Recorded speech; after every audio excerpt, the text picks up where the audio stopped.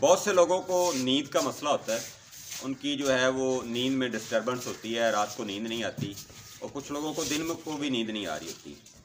तो आज हम देखेंगे कि नींद ना आने की वजूहत क्या हैं। सबसे पहली बात तो ये है कि वो लोग जो कि दिमागी तौर पर इरिटेट होते हैं, यानी कोई टेंशन, डिप्रेशन या एंग्जाइटी का शिकार होते हैं, तो उन लोगों को नींद नहीं आती। दूसरी सूरत में वो लोग जिनका मैदे का प्रॉब्लम होता है, यानी उनके मैदे में गैसेस होती हैं या फिर कब्ज़ होती है, तो उन लोगों को नींद नहीं आती। तीसरी नंबर पर वो लोग जिनका दिल के मसाइल होते हैं, या फिर आप कह लें कि ब्लॉकेज होती है, या फिर ब्लड प्रेशर जो है वो हाई होता है, उनको भी नींद नहीं आती। चौथे नंबर पर वो लोग जिनको किडनीज़ का इशू होता है या फिर निज़ाम तनफ़ुस का इशू होता है, तो उनको नींद नहीं आती।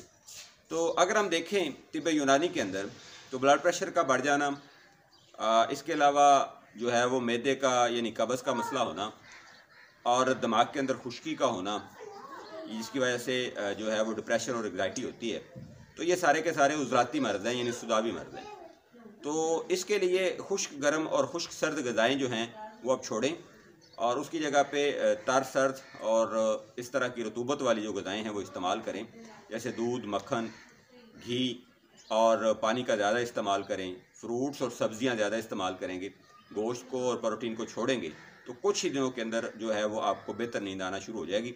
इसके लिए दिमागी तौर पर जो है वो आपको बैरूनी तौर पर रोगने कद्दू जो है वो बहुत फ़ायदा करता है, वो लें और उसका दिमाग के ऊपर जो अच्छी तरह से मालिश करें, तो उससे भी आपको अच्छी नींद आना शुरू हो जाती है।